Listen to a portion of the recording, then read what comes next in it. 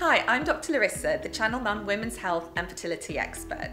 Welcome back to the Channel Mum Fertility course. In this video, we're going to be discussing all things that affect men and women on their journey towards trying to conceive.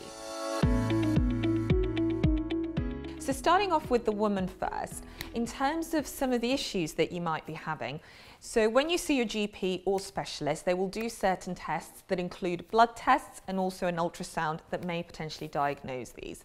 Sometimes you may need to move on to other tests like looking at your tubes or doing an operation in order to examine the other internal organs in your pelvis. One of the main issues and most common issues that women may experience is problems with ovulation. So the major disease that we see here is polycystic ovaries. This is incredibly common, and it means essentially that there's an imbalance of hormones in your body. And these hormones regulate our ovulation pattern and whether we menstruate or not.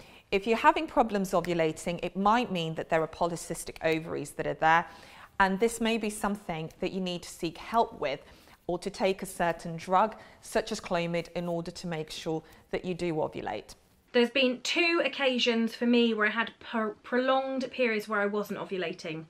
The first time I believe was down to my contraceptive implant. I got it taken out early after 2 years, but my cycles were all over the place. It was literally just a case of time, just giving it time, that's it. The second time was actually down to breastfeeding. My GP at the time was very proactive and very willing to help, and thought surrogacy was amazing. And I was given a very, very low level of Clomid. And I only took it for 3 days, and it was just enough to put this sort of hormones in my body to wake my ovaries up. Another common thing that we see quite often is a condition called endometriosis, where you can have tissue that's supposed to line the inside of your womb found outside of it. And again, this can have an impact on your ovulation and also the quality of the eggs. So again, it's something that a specialist may need to investigate, that can't just be diagnosed on ultrasound alone. So when I found out that I had endometriosis last September, my doctor just told me that if I was in a loving relationship, now was probably the time to start trying for a baby. You don't have a constant period. Sometimes you'll have a 2-day period, some months you'll have a 10-day period, and like they're so all over the place, you never really know when they're coming. If you've had infections in the past that include sexually transmitted infections, or for example a burst appendix that's had to be treated, this could have caused an inflammatory response around your fallopian tubes and may mean that there's a blockage there that can be diagnosed by doing special dye tests. If this is the case, and if this affects both of your tubes, then this is another reason why you may be struggling to get pregnant.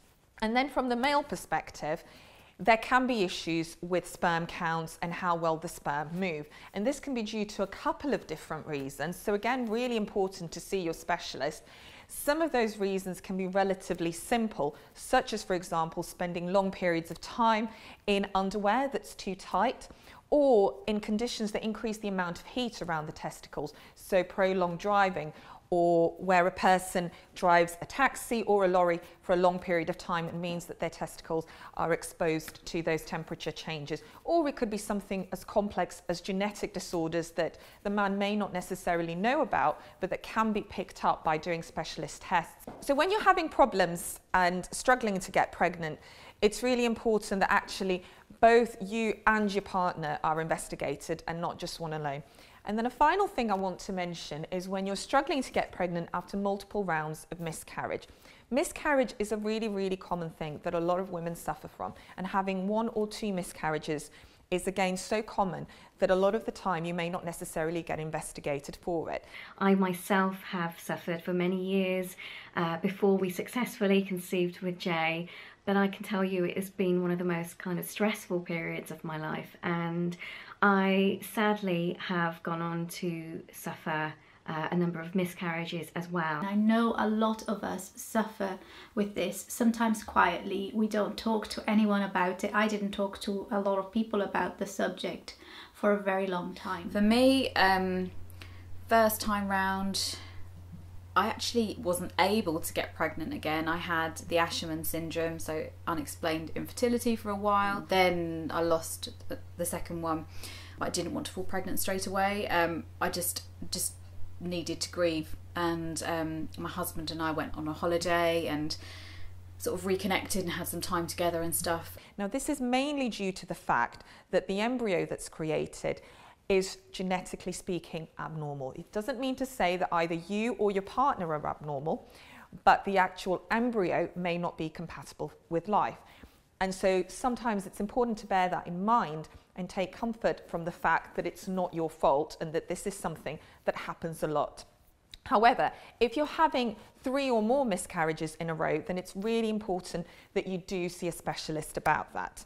The reason being that there could be a condition that's affecting you, and one of the commonest conditions that can do this is something related to a blood clotting disorder. Now, that can be a lot of different things that are found in the blood that may affect that. But if it is found, then it would be important to put you on some medication that helps to thin the blood and increase your chances of getting pregnant. We still don't know enough about why recurrent miscarriages happen, and the newest research is looking at the actual uterine or womb environment. The most important thing to bear in mind here is to go and see a specialist, and also to understand that this is all quite common, but don't give up hope. Keeping on trying is the best thing to do, and actually the odds are in your favour.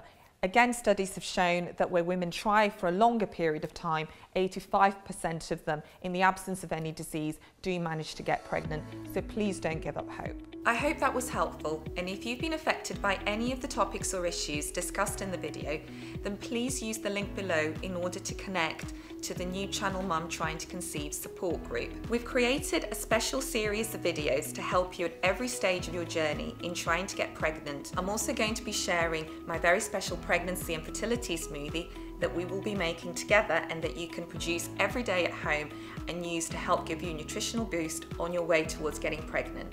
So thanks for watching, and I'll see you next time.